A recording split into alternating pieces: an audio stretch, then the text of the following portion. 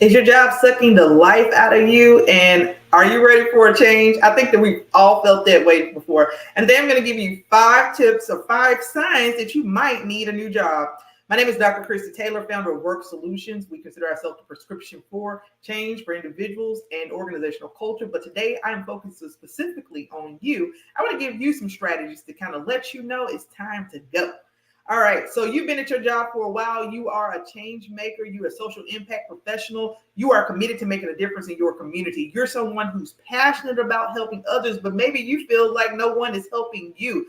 Maybe the role that you're in is no longer serving you and you feel that it's time to go. Well, here are 5 strategies to kind of let you know, hey, it's time to go. It's time to get to that next level. So number 1, you're unhappy at work. How can you be involved with an organization or a job where you're supposed to be making a difference in the lives of other people or committed to being an agent of change, but you're not happy with the work that you do? So much of what we do in social impact is actually tied to us having a passion and connection for the work that we do, helping others. Again, whether you're an educator, healthcare provider, or you work for a nonprofit organization. Maybe you work for an organization that has a social impact initiative. It's not necessarily a nonprofit, but you just want to be a part of something that is committed to making a difference. That is kind of where you get your thrill, right? So imagine having that level of passion, but when you go to work, you're unhappy every day.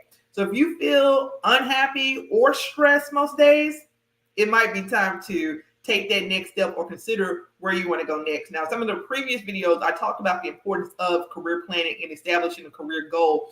And a lot of times people are hesitant to do that because you think, well, there is no next level, or I don't want to be so focused on myself. But remember that you have to plan your career. You have to plan anything that you do if you want to progress. The second thing is literally no growth. So several job openings have happened. You interviewed for those job roles, or maybe you've thrown your hat in the ring and you have not been promoted.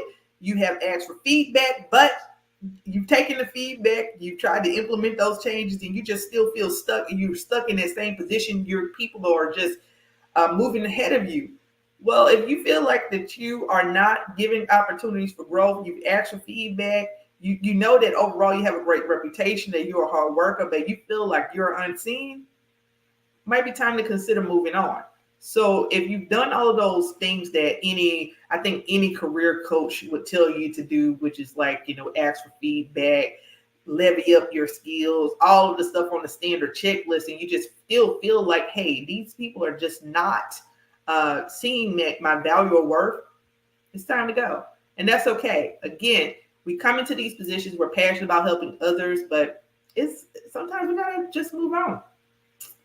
Number 3 is poor work-life balance. And this was a hard one, right? Because we know that we often working in situations where there's limited staff, there's limited resources. And so we are juggling multiple projects and there's just no work-life balance. So if your job is taking up all your time and energy, it's one thing to be passionate about something, but it's another thing to not have any work-life balance. And I like to say work-life integration in lieu of work-life balance, just simply because when you're passionate about something, it's going to be integrated into your life. But that does not mean that you should be up at 11 o'clock, 12 o'clock at night taking meetings or just working on projects when you have already worked a 12, 13, 14-hour day. Now, if you're a nurse or you have like a 12-hour schedule, it might be a little bit different. But again, you can still get burnt out, right?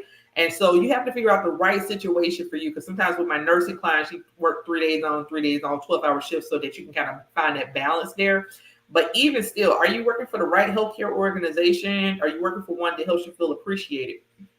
So poor work-life balance, poor work-life integration, that's a sign. Because again, if I ask you about yourself and the first thing that you tell me is you start telling me about your job, what about the things you like to do at a personal level? What makes you you outside of the work that you do, even though, again, you have a passion for it?